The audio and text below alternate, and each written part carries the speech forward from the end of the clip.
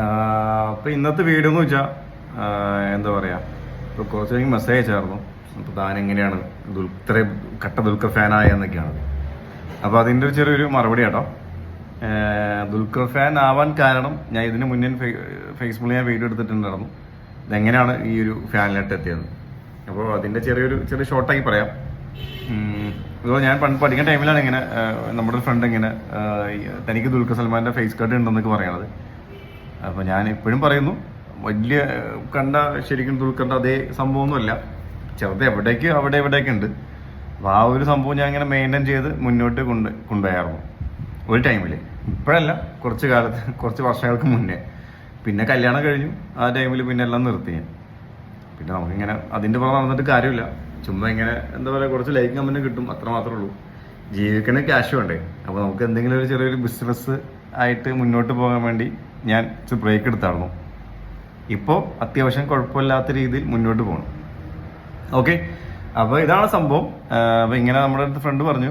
പിന്നെ അത് കഴിഞ്ഞ് പിന്നെ ഞാനിങ്ങനെ ഇതുപോലെ ഫോണിലേക്ക് സെർച്ച് ചെയ്ത് പിന്നെ പുള്ളിയുടെ ഫിലിം കാണാൻ തുടങ്ങി. അങ്ങനെ എനിക്ക് പുള്ളിയുടെ ഒരു ബോഡി ലാംഗ്വേജ് ഒക്കെ ഉണ്ടല്ലോ, അത് പഠിക്കാൻ പറ്റി. പിന്നെ പുള്ളിയുടെ ഓരോ ഫിലിം ഇറങ്ങുമ്പോഴും ഞാനിതുപോലെ ആ ഒരു ഫിലിമിലെ ഹെയർ സ്റ്റൈലാണെങ്കിലും താടിയാണെങ്കിലും എല്ലാം അതുപോലെ സെറ്റാക്കി. പിന്നെ എനിക്കിപ്പോൾ ഇതുപോലെ എൻ്റെ മുടിയും താടിയും അതേ സെറ്റപ്പിൽ വെട്ടുന്ന ഒരു നമ്മുടെ ഫ്രണ്ട് ഉണ്ട്. പുള്ളി ഒരു ആസാംകാരാണ്. ഞാൻ നേരത്തെ ഫുൾ വീഡിയോ ഇട്ടേണ്ടായിരുന്നു ഇങ്ങനെ തന്നെ. അപ്പോൾ ഈ ചോദിച്ചവർക്ക് വേണ്ടി മറുപടി കേട്ടോ. അപ്പോൾ അങ്ങനെ മുന്നോട്ട് നടന്നു. അത് കഴിഞ്ഞാണ് പിന്നെ എന്താ പറയുക, പിന്നെ പുള്ളിയുടെ ഫോട്ടോ ഞാൻ അതുപോലെ തന്നെ എടുത്ത് ഫേസ്ബുക്കിൽ പോസ്റ്റ് ചെയ്യും. അന്ന് ഫേസ്ബുക്കിലായിരുന്നു അത്യാവശ്യം വൈറലായിരുന്നു ആ ടൈമിൽ. ഫോട്ടോ കിട്ടാൻ നമ്മൾ 3K 2K ലൈക്ക് കിട്ടായിരുന്നു. പിന്നെ അങ്ങനെ ജസ്റ്റ് അതൊരു ക്രൈസ് പോലെ എടുത്തു. അതൊരു ഡെയിലി ഇങ്ങനെ പോസ്റ്റ് ചെയ്യാൻ തുടങ്ങി.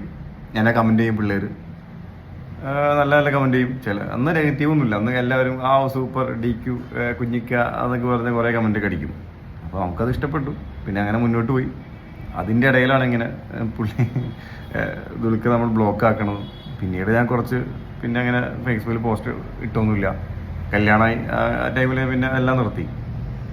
ഇപ്പോൾ ഞാൻ വീണ്ടും ഇങ്ങനെ വന്നു. അപ്പോൾ അങ്ങനെ അതിൻ്റെ ഇടയിൽ 2 നേരം ദുൽഖർ സൽമാൻ്റെ ബോഗൊക്കെ എടുത്ത് അയച്ചായിരുന്നു.